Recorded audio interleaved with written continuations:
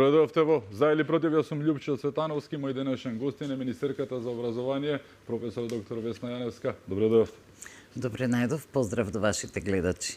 Министерка, вие буквално доаѓате од владината седница за ребаланс на буџетот. Како се одвиваат работите таму? Па кога е во прашање ребаланс, тогаш се жешки работите, постојано недостасуваат пари, а пари нема, долговите се огромни. Знае јавноста дека тоа е така, задолжувања безбројни, проневери исто така многу и жешко е, меѓутоа ќе најдеме решение, можеби негде малку подомакински ќе работиме, но за она што е неопходно, сигурна сум дека Министерката за финансии точно се ја знае работата и ќе овозможи министерствата да работат до нова година. Од нова година веќе е друга приказна, нов буџет, нови параметри по кои ќе се рачуна следниот буџет и мислам дека овие неколку месеци секако ќе издржиме. Она што е најбитно за вас и вашиот сектор, ќе има ли пари за образованието? Ќе има и кај нас нешто кратење, но она што е неопходно, а тоа се во главном платите, луѓето се интересираат, помошта и студентскиот стандард ќе бидат обезбедени. Она што се случи во останатите сите министерства, претпоставувам и вие кажавте дека е така, колкава е буџетската дупка што ја начекавте кај вас? Огромна е, мене ми е дури страв да кажам колкава е, но јавност има право да знае. Министерството за образование и наука е во минус 5 милиарди денари. 5 милиарди денари, така. Заокружено има уште нешто ситно. Но сепак има излез од ситуацијата, нема да останеме без образование. Мора да има излез, без ништо нема да останеме, а не само што нема да останеме во образование, туку ќе се потрудиме да направиме корисни чекори за подобрување на квалитетот на образованието. Она што ни се случуваше 7 години, многу пати го повторивме она дека ако сакаш да уништиш една држава, уништи го образованието. За наша несреќа бевме живи сведоци, не неми, но живи сведоци на нешто што навистина се случуваше во тој правец во Македонија, нешто што се обидувате вие да го смените сега, но еве почнувате со многу работи, се зафативте, еве првите, да не речам 10 на 15 дена веќе колку сте на власт, се зафативте со многу работи. Една од нив, можеби една од најжешките и најболните е високото образование. Јавна тајна е во Македонија дека се купуваат веќе со години дипломи, тоа не е ни работа од вчера, се купуваат магистериуми, докторати, кој што сака си станува онаа шега, знаете, станал доктор, ама немал завршено средно и сето тоа. Во моментот најавивте и во тек е евалуација на високото образование. Дали се одвива, како се одвива, во колку установи сте во моментот? Веќе стигаат поплаки, секојдневно се повеќе. Во моментов работиме на 3 сериозни забелешки, затоа што едно е што зборува чаршијата, но министерот за образование и наука не може да си дозволи да не работи со аргументи и докази. Во моментот спроведуваме 3 ревизии на еден државен и 2 приватни универзитети, но ова нема да запре тука, ќе продолжи се додека не стигнеме да направиме реевалуација, па и реакредитација на сите универзитети во Македонија, затоа што е неопходно. Да, кога се формираа приватните универзитети, идејата била добра да се подобри квалитетот, надпреварот меѓу универзитетите, но во моментов не е тоа така. Напротив, настане една ерозија на квалитетот и ние мора да преземеме чекори за да се поправи тоа. Неколку пати имам кажано и ќе повторам, Министерството за образование и наука нема време да оди чекор по чекор во една проблематика, па во втора ние мораме паралелно да работиме на неколку фронтови, како што се веле, и ги отвараме секој ден се повеќе и повеќе. Јас им благодарам на мојот тим, на кабинетот во Министерството, кои навистина несебично и прегорно работат, и ние работиме минимум по 12 часа, но верувам дека во догледно време ова ќе се среди и дека ќе фатиме некој нормален тек на работите. Ја ви се плаќаат? Не. Часови не, значи преку Не, времени. но никогаш има нешто што е поважно од финансиските средства. Јас би рекла дека љубовта кон правото и правдата одговорноста кон работата и се разбира на крај почитта и љубовта кон државата се нешто што не се плаќа со пари. Еден од приватните е Универзитетот на Мерко, кои се другите два, државниот и приватниот? Може да откриеме? Дозволете ве молам, да, едниот е Да, не биде Универзитетот антиреклама. на Мерко, но дозволете да имаме сериозни докази. Веднаш кога ќе имаме, ќе излеземе во јавност, затоа што рековме дека ќе работиме максимално транспарентно и тој збор ќе го одржиме за се што правиме. Ветувате дека нема да има селективност при постапувањето? Ни случајно нема да има селективност, затоа што конечно е дојдено време овде да се почне да се работи по закон. За жал има и откриваме незаконски действија. Например, Државниот просветен инспекторат бил во посета на една установа, нашол забелешки, дури и дал предлог што треба да се направи и тука постапката запрела. Такви ќе има се повеќе, но јас сум длабоко убедена дека со малку време, а граѓаните ќе имаат разбирање и ќе ни дадат време, ние едно по едно ќе ги решаваме сите тие проблеми.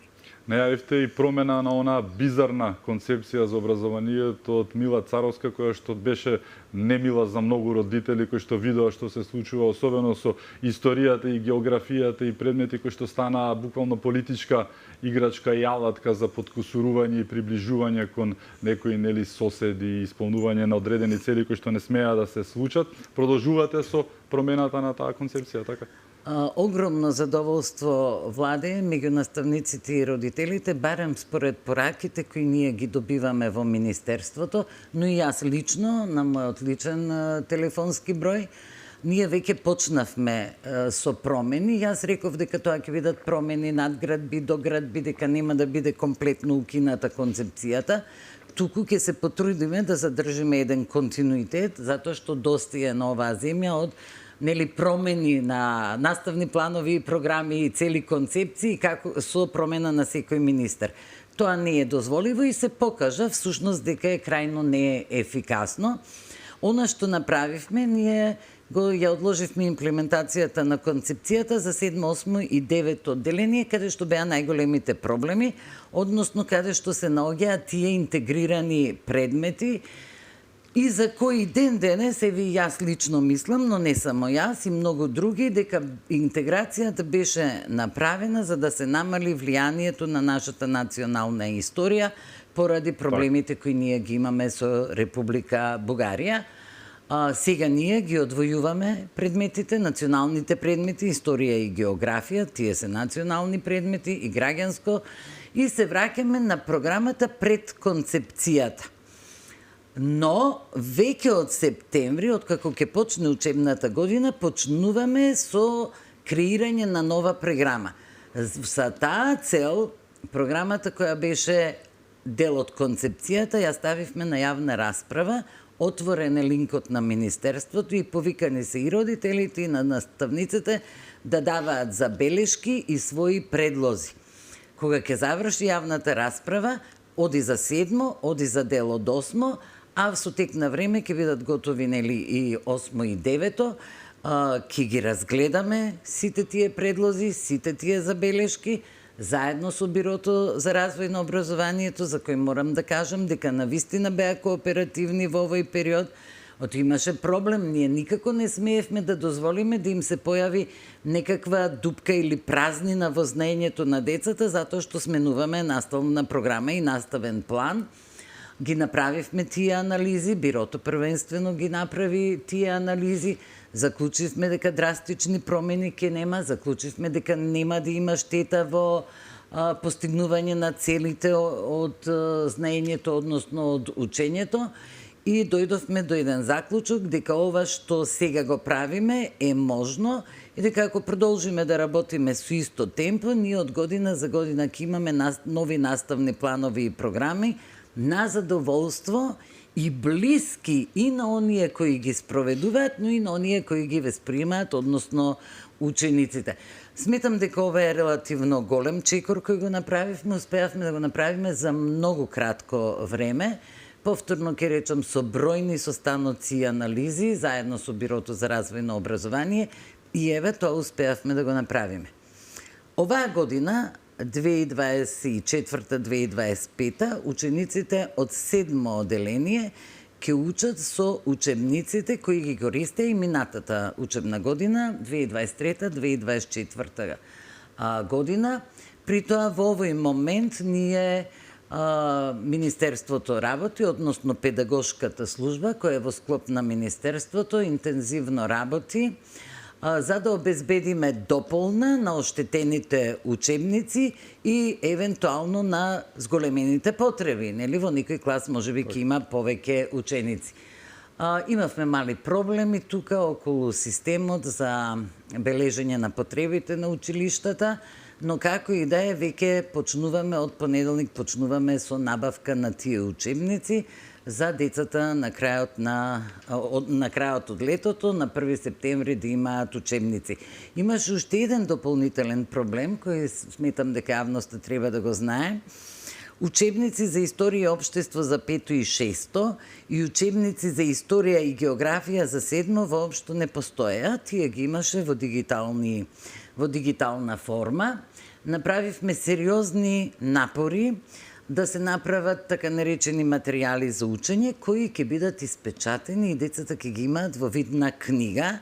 Тоа нема да биде класичен учебник, но целиот материјал, бидејќи не е од автори, туку е од советници правено во бирото, но ќе имаат материјал, ќе имаат книга по која ќе можат да учат во иднината.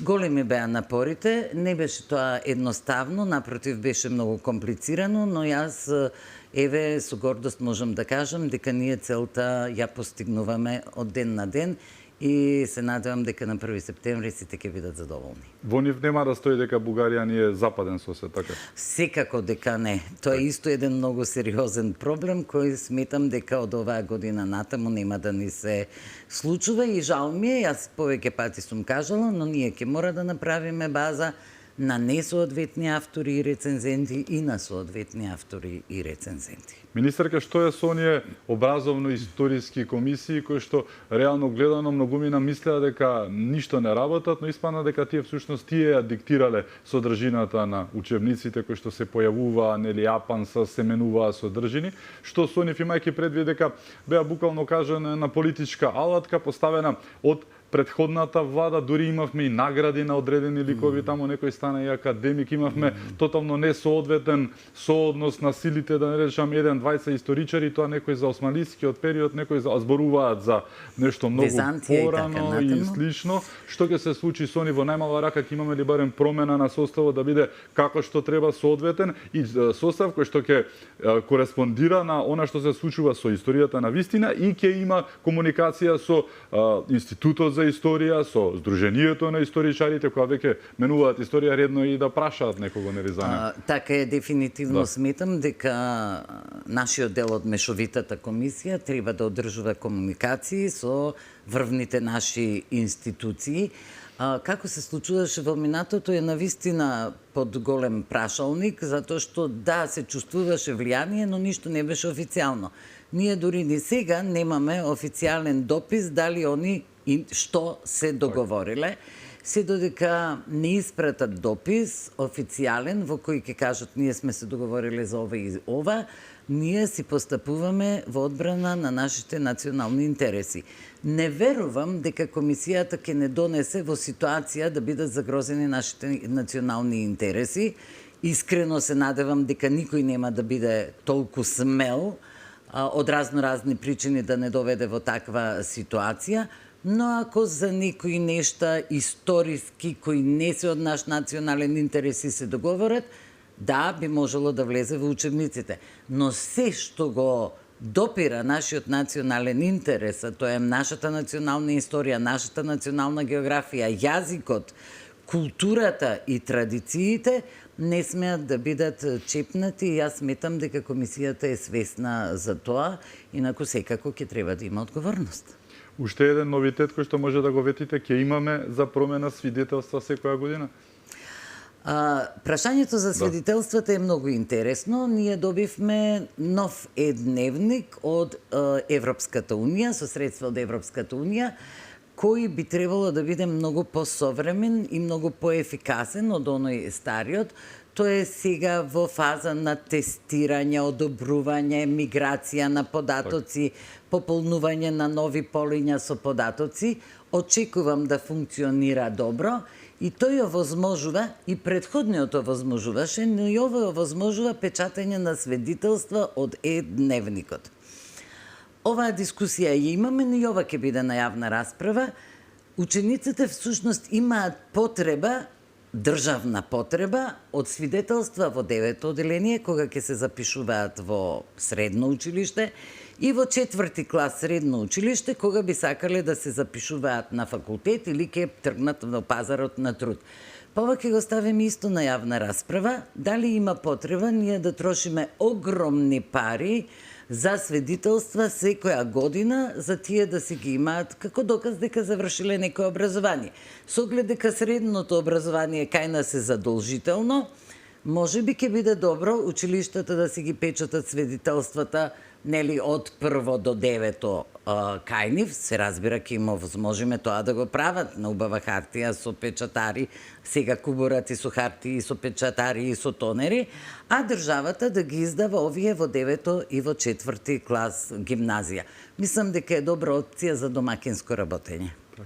Имајќи предвид дека имате буџетска дупка, како што спомнавте, од 5 милиарди денари, тоа е чинам над 80 милиони евра.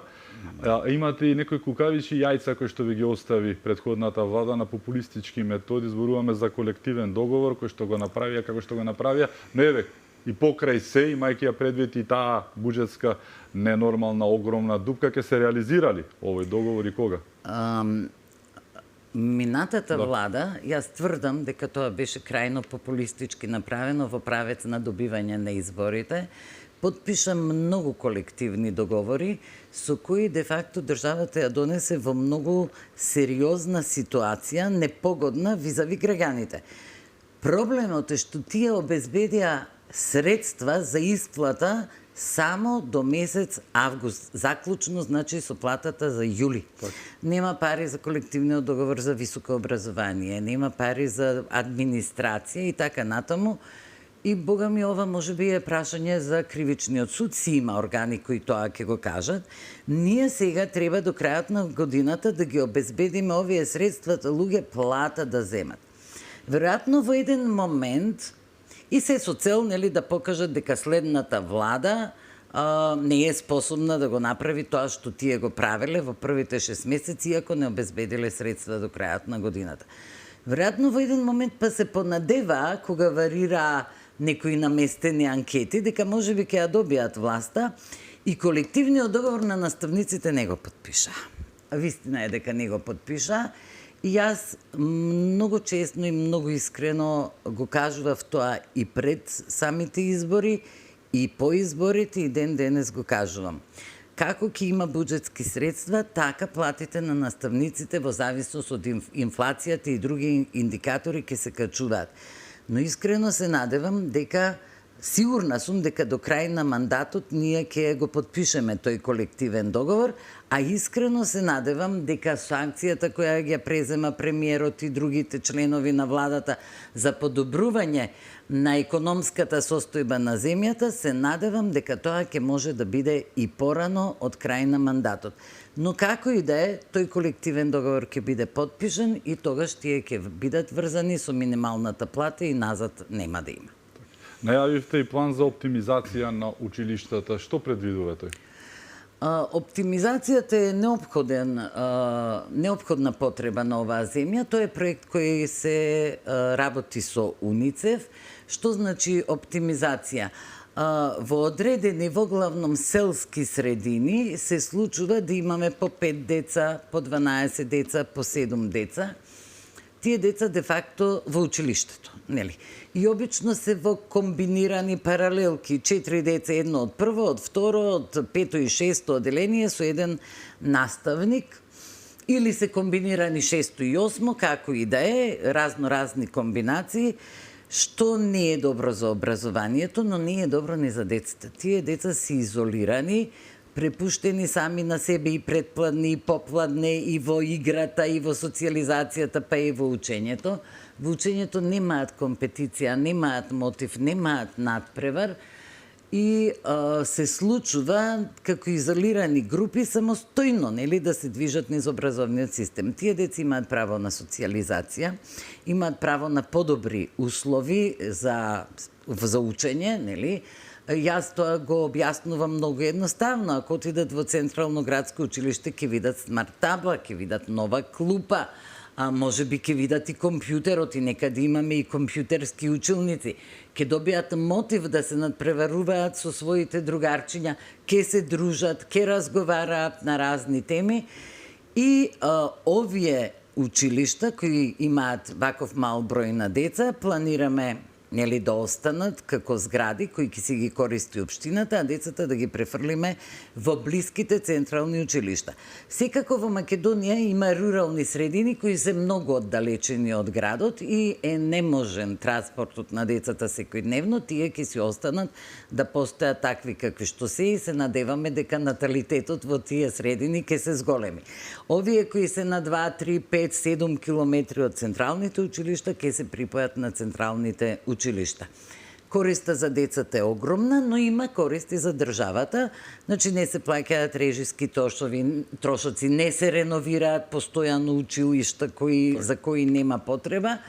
Па така сметаме дека овој процес кој ќе се одбива релативно бавно, но секако ќе се одвива, ќе биде многу корисен за сите. Зборуваме за бесплатен автобуски превоз, односно превоз? Дефинитивно, превозот е бесплатен, така. Стартувавте и со анализа на МОН која што треба да покаже дали и кои училишта може да функционираат во една смена. Кои се мотивите тука? Сосема е природно, како ние кога одиме на работа, нели, наутро, до 3, 4, 5 како и да е, и учениците кога се свежи да одат на училиште. Оти тоа е периодот кога тие ќе бидат најефикасни во однос на восприемање на знаењата, вештините, компетенциите. Но има и друг мотив, се покажало во земјите кои имаат една смена и во кои учениците се 8 часа на училиште, дека имаат голема ефикасност и покажуваат добри резултати учениците. Па од тука сметаме дека децата треба подолго да престојуваат во училиштето. Наставниците да не се плашат, јас многу пати сум го објаснувала тоа. Значи, тие што имаат исполнет фонд на часови, неделно си го задржуваат тој исполнет фонд на часови. Но имаме наставници кои немаат полн фонд на часови, па некои од нив работат во 2 и 3 училишта, а некои земаат половина плата. Тие наставници од оваа група, која сега ја спомнав, ќе си остануваат да го дополнат времето од 1 до 4, да речеме, со разни предмети, дополнителна настава, додатна настава, секции, клубови, слободни предмети, воннаставни активности и сето тоа ќе им се рачуна во час. Ова е дел од концепцијата кој ние го задржавме, затоа што сметаме дека е тоа добра идеја и така децата добиваат и стекнуваат повеќе знаење. Тие ќе имаат слободен час да напишат домашно или да научат нешто, ќе имаат многу физичко, ќе имаат информатика, она што е модерно, ќе имаат финансиска писменост, предмети кои навистина се соодветни на модерното време и во основното и во средното образование. Тука би додала дека во средното гимназиско образование повеќе од 20 години не ни се менувани наставните планови и програми, што е срамно за нашето општество, но конечно е дојдено време и тоа да се направи и од септември бирото ќе почне да работи, за да можеме следната година да почнеме со прва година, како и да е, нели, ќе каже бирото со кое темпо може да го заврши тоа, но секако во овој мандат прва година гимназиско образование да добие нови наставни планови и програми, нови учебници и предмети соодветни на нашето време, со теми во тие предмети соодветни на модерното време. Имате првични податоци колку училишта во Македонија би можеле да функционираат така со прва смена само или? Ги прибираме во моментов тие податоци. Секако ќе мора тоа и да се провери на терен. Негде ќе треба да се доградат 1 и 2 простории, затоа што предвидуваме и целодневна настава или продолжен престој. Значи инфраструктурни промени ќе има Ке сепак, има да. инфраструктурни промени, се разбира таму каде што може веднаш ке се почне, а никаде каде што треба ќе почнеме со доградба на 2 училници, 3 училници или простории какви да им требаат, таму каде што има потреба од огромен обем, таму ќе мора да се градат нови училишта, но со оглед на планот на владата кој вие сте го слушнале визави средствата кои ќе бидат дадени на општините, сметам дека и тоа полека и постепено ќе се оствари. Значи дел од оние 250 милиони ветени ќе влезат и во образованието, Ќе влезат индиректно. дел и во образованието, да. Така. Имаме уште многу теми за отворање, ќе зборуваме и за идејата околу укинувањето на пролетниот распуст, за бустирањето буквално на оценките кои што се случува на крајот на годината, влијанијата од градоначалници, директори и слично, горливи македонски теми. Со нас е министерката Весна Јаневска, ќе се вратиме веднаш по рекламите. Останете со нас.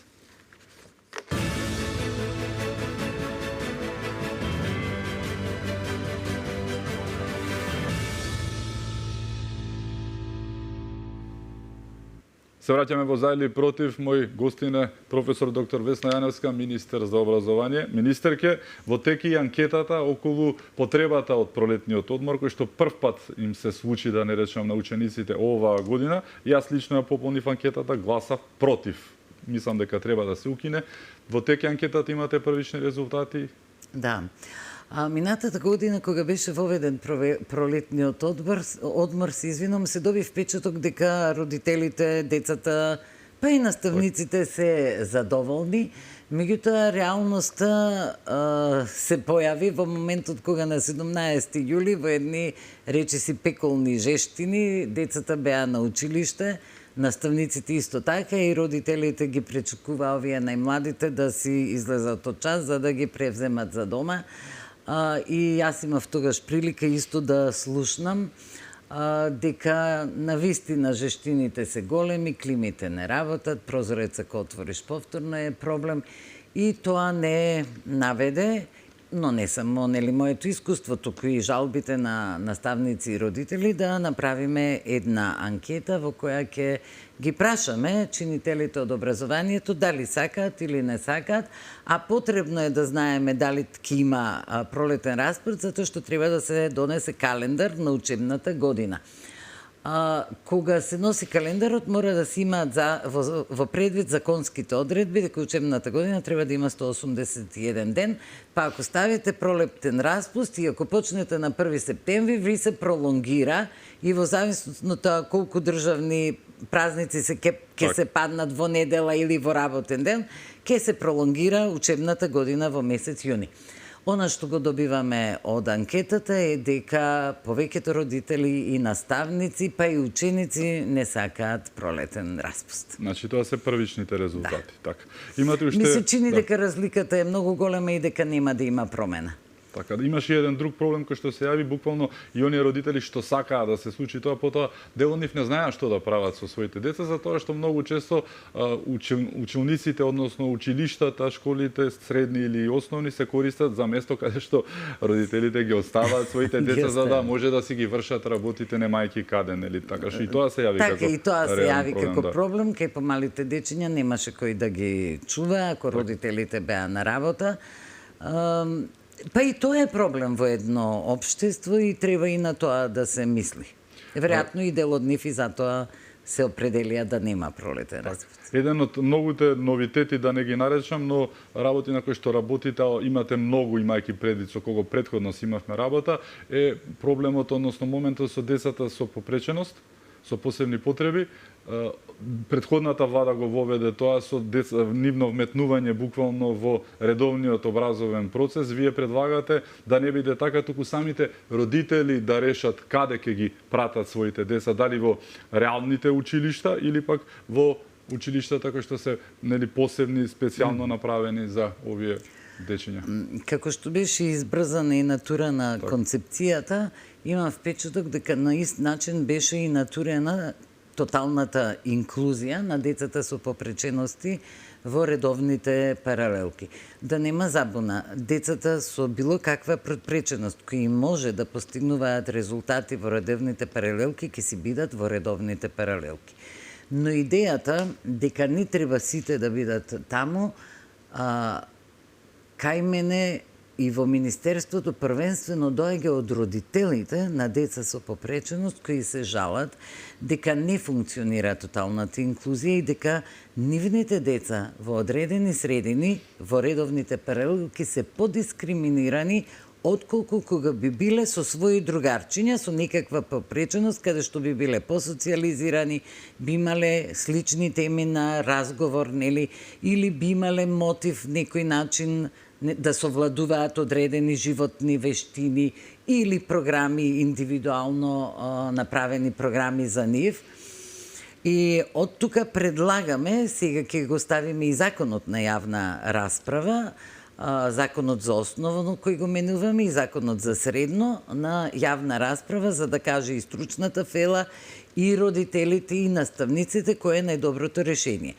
Нашата идеја е дека училиштата кои беа на кои од оваа година им беше забрането да запишуваат деца од прво оделение, тоа се, например, училиштето за наглувост и глувост, за попречен вид, дека ќе може да бидат и основни и средни училишта со ресурсен центар, односно со центар кој ќе помага на децата со попреченост не само во тоа училиште и надвор од тоа училиште, и дека треба да задржиме 4 или 5 училишта во кои ќе стекнуваат било какви животни вештини деца со мултихендикеп, тежок мултихендикеп и тешка интелектуална попреченост, кои во редовните училишта навистина не постигнуваат апсолутно никаков резултат, го поминуваат времето толку колку што можат на училиште по 1 или 2 часа и повторно се во домашни услови, осудени да бидат со своето семејство, притоа и родителите се врзани за овие дечиња, со тоа што кога овие деца би биле на училиште, родителите би можеле да придонесат за сопствениот живот или за општеството, да работат некаква работа. За семејството. Вака тие се врзани едни за други, а државата е должна да им овозможи макар некакви услови и на децата за стекнување на вештини и на родителите да можат да си придонесат првенствено сами за себе и своите деца, па после тоа евентуално и на општеството. Министерка, се соочуваме со една појава која што е стара колку, да не речам, и општеството, но во Македонија последниве години особено е на сцена. Зборуваме за она модерно кажано бустирање на оценките на крајот на годината, кога двојкаши, тројкаши стануваат петкаши. Знам од личен пример, ми кажуваат луѓе, контактирам со нив, им се јавуваат на наставничките, верувале или не, директно градоначалници им се јавуваат директорите, најнормално политичари им се јавуваат во минатото и се, да не зборуваме кои се веќе не, и директно влијаат да се случи тоа што не треба да се случи на очи на децата кои што цела година учеле и наеднаш гледате тој што има двојка, има петка, се случуваше и порано, ама сега се зборува дека е многу поразвиена оваа појава, имајќи предвид дека цели одделенија сите се петкаши на крајот, малку е нелогично. И моја генерација имаше петкаши, но не беа сите. Првенци на генерација беа многу малку, сега имаме многу првенци кои што наеднаш потоа кога ќе отидат во средното образование покажуваат сосема поинакви резултати, бидејќи условите веќе се многу поинакви од она во основното. Како да се соочиме со ова и да го исправиме ова? Оваа неправда кон децата најмногу, кои што учат. Ова зло кој им го правиме на децата всушност, но јас не би се сложила дека тоа е само во основно, тоа се случува и во средно образование, за жал. И тоа е многу сериозен проблем. Резултат е на многу фактори кои придонеле да се најдеме во оваа ситуација.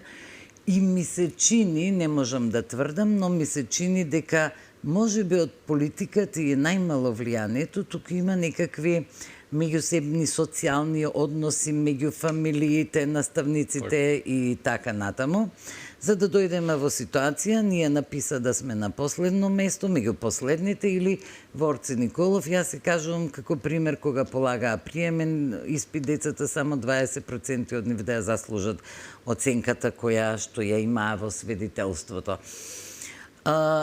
За до септември, за кој што имаме само месец и пол, не сум сигурна дека ќе го најдеме најсоодветното решение.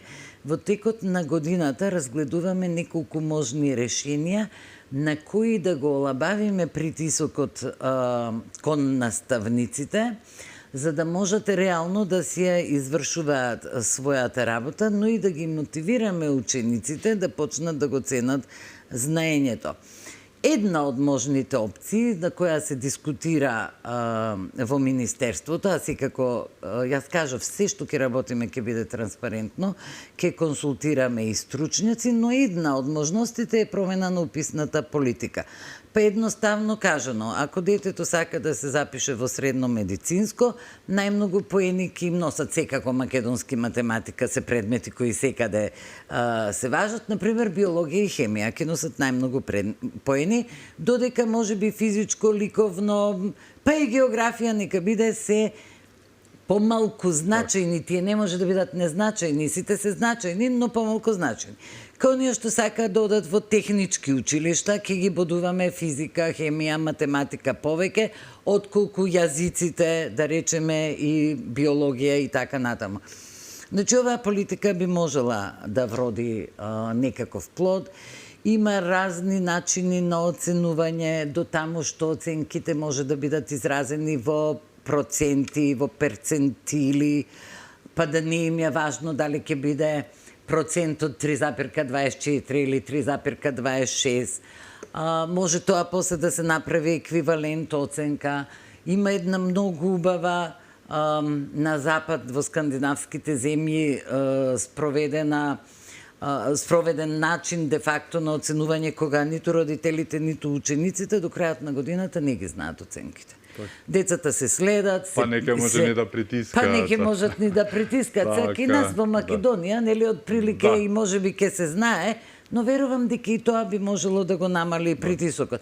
Значи, родителите и децата ги добиваат своите оценки на полугодие и на крај на година и завршено е. Нема се учи за знаење, нели, не за оценка. Нема наставнички совети, па поправаме, тоа е следната година поинаку и така натаму. Отворена линија некоја за пријавување на овие Ќе направиме, да, со почетокот на школската година дефинитивно ќе има отворена линија за пријавување на неправилности, така е. Министерка, за крајеве, ја навестивте и идејата буквално за создавање на еден документ, стратегија или декларација која што ќе одреди насоката на образовниот систем и нема да зависи од секој следен министер, нешто што реално и стана практика во Македонија, а дојде нели некој и веднаш се менува, се нели тотално сосема друга концепција, програма и слично. Како да се оствари ова и дали можно е да се оствари? Во собранието има комисија за образование и наука и јас имав чест да се запознам со тие пратеници, да имаме еден краток состанок во кој ја изнесов темата. Темата би била една стратегија, декларација, како и да ја наречеме, како ќе одлучат тие, сосема е седно, во која ќе ги одредиме правците, принципите, основните принципи по кои треба да се одвива нашето образование. Наставни планови и програми што треба накратко да опфаќаат, мониторинг на спроведување, услови и така натаму. Тоа не треба да биде документ од не знам, Бог знае колку страници, доволно е да е краток документ, каде што сите политички партии, значи ќе го донесат со консензус и ќе ги прифатат тие принципи кои ќе важат и кога ќе се промени министерот за образование и наука и кога ќе се промени и власт. Тоа е единствен начин ние да обезбедиме континуитет и напредок. Драфт верзијата ќе се направи во МОН, ќе биде понудена на Собраниската комисија, ќе биде потоа кога ќе досредиме, ќе биде понудена на сите политички партии да ја потпишат, оти министрите сепак доаѓаат, нели, по предлог на владеачките политички партии и на крај аз би била пресрекна да ја донесе таа декларација или таа стратегија собранието за да го добие силниот печат дека не може кој сака да ја промени. Оти документ донесен во собранието е нели нешто сосема потешко и посериозно, отколку ако носи министер, па и влада, да речеме. Така беше и со црвените линии македонски за Така е. идентитетските одредници, но Така не ги е. почитува. Но сепак да донесете нешто, да не дојде утре некој министер паради Бугарија, Грција Така или е. Бурунди да Така смени е. целообразен Така е. процес, концепција и наставни содржини. Така. Точно така е. Да. Ве очекувам многу работа, ви благодарам што дојдовте буквално од седницата на владата за ребалансот на буџетот, ви посакувам многу успех заради сите нас. Ви благодарам многу, може би ќе се вратам на влада, ако не е завршено, ќе работиме во корист на граѓаните, затоа сме дојдени. Ви благодарам уште еднаш, ми беше чест. Пријатно. Ви благодарам и вам што бевте со нас, да сте ни живи и здрави и чувајте се многу.